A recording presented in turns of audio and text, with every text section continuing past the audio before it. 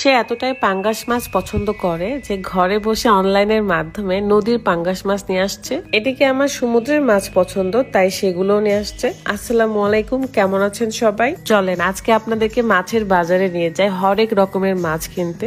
মাছের বাজারে যাওয়ার কথা শুনলে আমার খুব বেশি ভয় করে, কারণ এত গ্যাঞ্জামের মধ্যে মাছ দেখে শুনে নিতেও পারি না।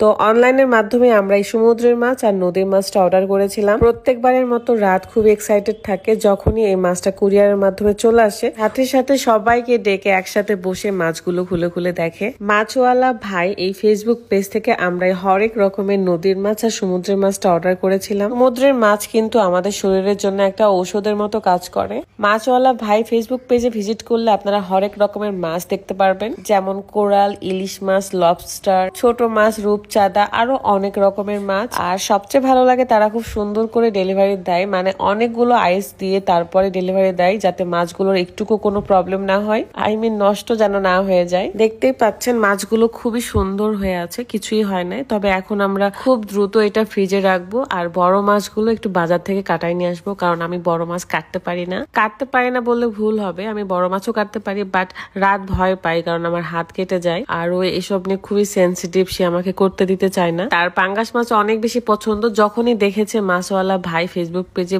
নদীর পাঙ্গাস পাওয়া যাচ্ছে, তখন সেটাও সে অর্ডার করে দিয়েছে। আর আমরা রূপচাঁদাও অর্ডার করেছিলাম। সবচেয়ে ভালো লাগে লবস্টার ঠিক মতো রান্না করে খেতে পারলে সেই মজা লাগে। আর এটা মেবি শিং মাছ ছিল নাকি কি মাছ ছিল, আমার নাম মনে নাই। রুকাইয়া তো ভীষণ এক্সাইটেড এই মাছ দেখে। রুকাইয়া বরাবরই খুবই বেশি এনজয় করে মাছগুলো দেখে। আমার মেয়েটা মাশাআল্লাহ অনেক বড় হয়ে যাচ্ছে, সবাই দোয়া করবে। তো দেরি না করে আমরা এখন মাছগুলো বাজারে পাঠাবো, যাতে সুন্দর করে পিস পিস করে কেটে নিয়ে আসে। বিশ্বাস করেন আমি সাথে আছি নহটা বিদেরপুরের আলামিন।